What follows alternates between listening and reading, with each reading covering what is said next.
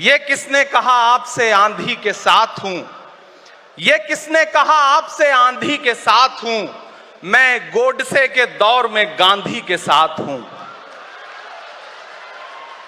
इस राष्ट्रीय अधिवेशन में पूरे भारत के एक एक छोर से, एक एक राज्य से आए हुए कांग्रेस पार्टी के जो तमाम सदस्य यहां पर उपस्थित हैं, मैं आपकी ऊर्जा को सलाम करता हूं और मैं आज जो प्रस्ताव पेश हुआ है उस पर बात करने के लिए आपके बीच में खड़ा हूं। एक ऐसा मुश्किल दौर है जब सत्ता में बैठे हुए सत्ताधीशों ने नफरत को अपना परमानेंट हथियार बना लिया हो।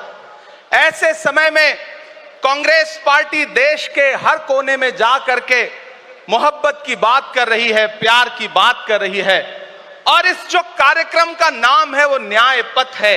न्याय पथ यानी कि इंसाफ का रास्ता, और उस इंसाफ के रास्ते पर अपने अतीत की विरासत को संभाल करके, संजो करके लेके चलता हुआ एक ऐसा न्याय का योद्धा जिसका नाम राहुल गांधी है, जो हम सब के लिए प्रेरणा का स्रोत है। मैं गुजरात में खड़ा हूं, जो महात्मा गांधी का गुजरात है, जो सरदार वल्लभ भाई पटेल का गुजरात है। तो मैं इस गुजरात में खड़ा होकर के अपने अतीत और अपने वर्तमान को मिलाता हूं तो मैं ये महसूस करता हूं और फख्र से सोचता हूं कि मैं वो हूं, मैं कांग्रेस का अदना सा एक वो सिपाही हूं जिसकी जड़ें जाकर के महात्मा गांधी से मिलती हैं और जिसके कदम जाकर के राहुल गांधी से मिलते हैं। मैं सौभाग्यशाली हूं कि मैं कांग्रेस पार्टी का एक अदना सा सिपाही हूं।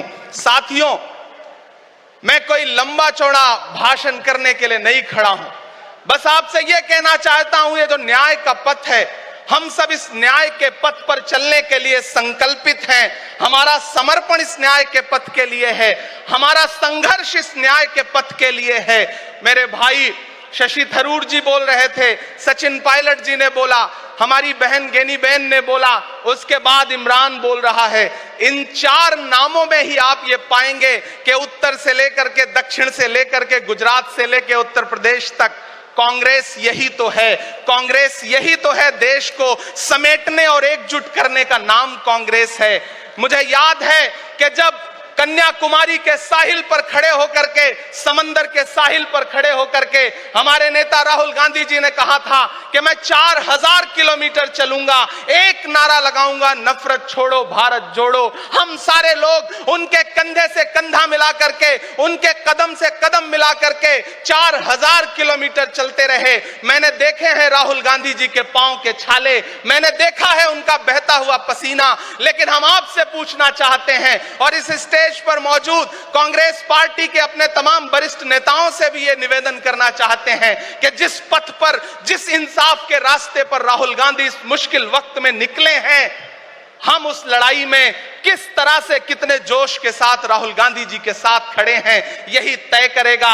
राहुल जी ने कहा है कि अगला निशाना, अगली जीत, अगला राज्य जहां कांग्रेस पार्टी जीतेगी वो गुजरात होगा। तो याद रखिए कि हार तब होती है जब ठान लिया जाता है, हार तब होती है जब मान लिया जाता है, जीत तब होती है जब ठान लिया जाता है। अगर हमने ठान लिया कि जहां से आज सत्ता के शीर्ष पर बैठे हुए लोग नफरत परोसने का काम कर रहे हैं, असमानता का काम कर रहे हैं, संस्थाओं को कुचलने का काम कर रहे हैं, उनके खिलाफ अगर हमने उन्हीं जड़ों में जाकर के मेहनत की हिम्मत दिखाई तो मुझे पूरा यकीन है कि जिस तरह अंग्रेजों के खिलाफ लड़ते हुए कांग्रेस पार्टी ने इस देश को स्वतंत्रता संग्राम के जरिए आजादी दिलाई थी, तो यह लड़ाई भी उस स्वतंत्रता संग्राम से कम नहीं है। उस लड़ाई का नेतृत्व महात्मा गांधी जी कर रहे थे, तो इस लड़ाई का नेतृत्व राहुल गांधी जी कर रहे हैं और हम सारे लोग राहुल गांधी जी के साथ खड़े हैं। हो सकता है कुछ लोग इस सफर में, इस मुश्किल सफर में छोड़ के चले गए हों,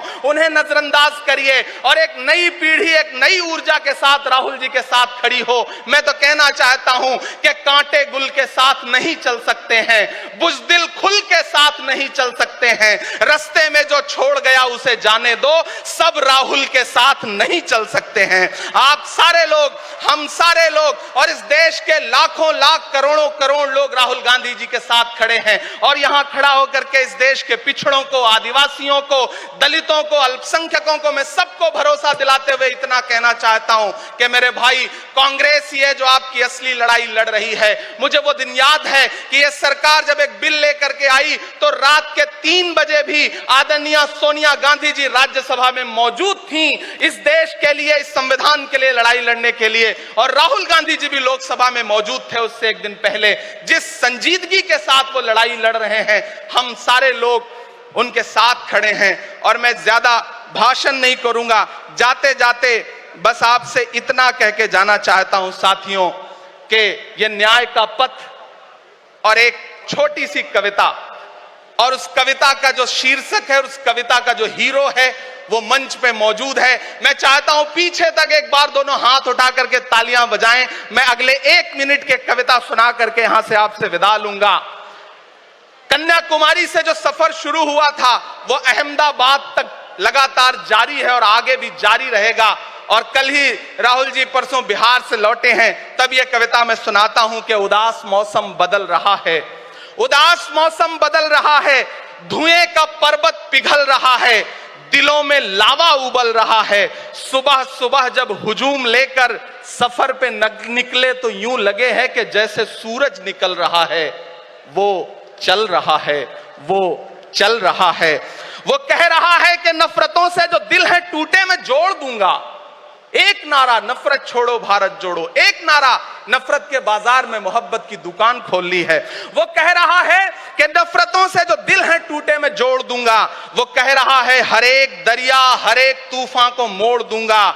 सुनो सितमगर न समझो डर कर मैं अपने लोगों को छोड़ दूंगा, सितम की गर्दन मरोड़ दूंगा। सितमगरों की हर एक ख्वाहिश हर एक साजिश कुचल रहा है, वो चल रहा है, वो चल रहा है। अंतिम पंक्तियां पढ़ता हूं कि जमाने भर की तमाम माओं ने हाथ उठाकर दुआएं दी हैं, जमाने भर की तमाम माओं ने हाथ उठाकर दुआएं दी हैं, तमाम बच्चों ने इस तपस्वी का माथा चूमा बलाएं ली हैं। जो नफरतों का जहर भरा है ये बन के शंकर निगल रहा है, वो चल रहा है, वो चल रहा है। मोहब्बतों की किताब लेकर लबों पे अपने गुलाब लेकर, मोहब्बतों की किताब लेकर लबों पे अपने गुलाब लेकर, सुनहरे रंगों का ख्वाब लेकर वो आया है इंकलाब लेकर।